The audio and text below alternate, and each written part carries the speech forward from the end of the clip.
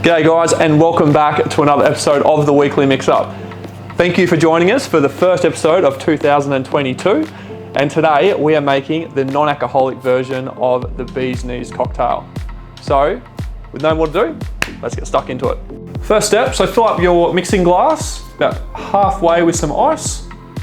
The next step will be to grab a diluted honey. We've got about 2 teaspoons in some warm water. So just put about 30 mils directly into your mixing glass. Next step is to grab the Liar's Dry London Spirit, about 50 mils straight into the glass. And then half of a fresh lemon, comes out about 20 mils, 25 mils of fresh lemon juice, straight into the mixing glass. And then we're gonna give it a shaker. So shake away. And today we're going to be serving this cocktail in the Nicanora glass. Perfect for a cocktail like this.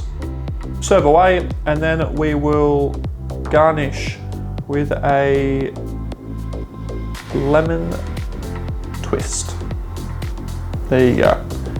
Enjoy.